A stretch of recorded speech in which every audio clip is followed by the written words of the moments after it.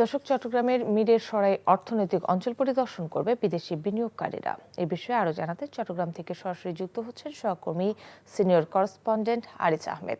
আরিজ, বিদেশি বিনিয়োগকারীরা কখন অর্থনৈতিক অঞ্চল পরিদর্শনে যাচ্ছেন এবং কি কি ধরনের সুবিধা আসতে যাচ্ছে এই অঞ্চলে?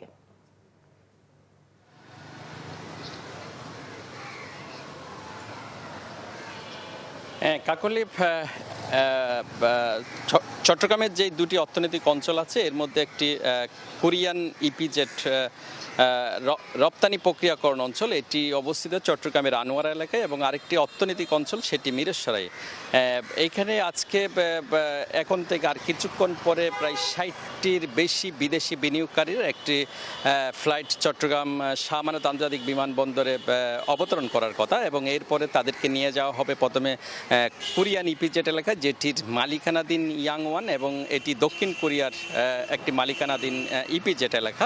এটি 1987 সাল থেকে আসলে চট্টগ্রামে কার্যক্রম শুরু করেছে, এবং এই পর্যন্ত এখানে প্রায় 48টি কারখানা সেখানে উৎপাদন কাজ করছে, এবং সেখানে প্রথমে নিয়ে যাওয়া হবে কারণ এখানে প্রায় 2492 একর জায়গার মধ্যে মাত্র 825 একর জায়গা এখানে কারখানা গড়ে উঠেছে, এবং বিশাল একটি এলাকা এখনো পর্যন্ত সেখানে কোনো বিনিয়োগ হয়নি।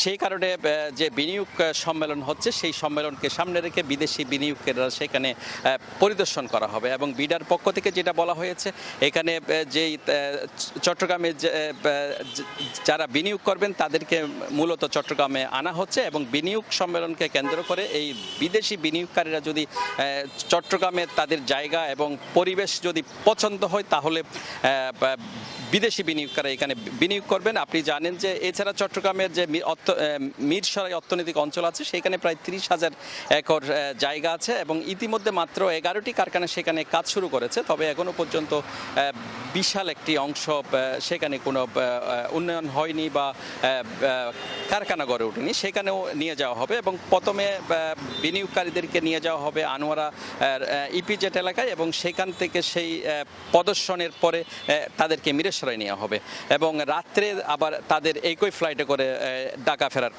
কথা রয়েছে। কাকলি, এই ছিল এখানকার সর্বশেষ। আরিজ, আপনাকে ধন্যবাদ। বান্ডেল থাকলে প্রতি সেনমানিতে টাকা বাঁচবে।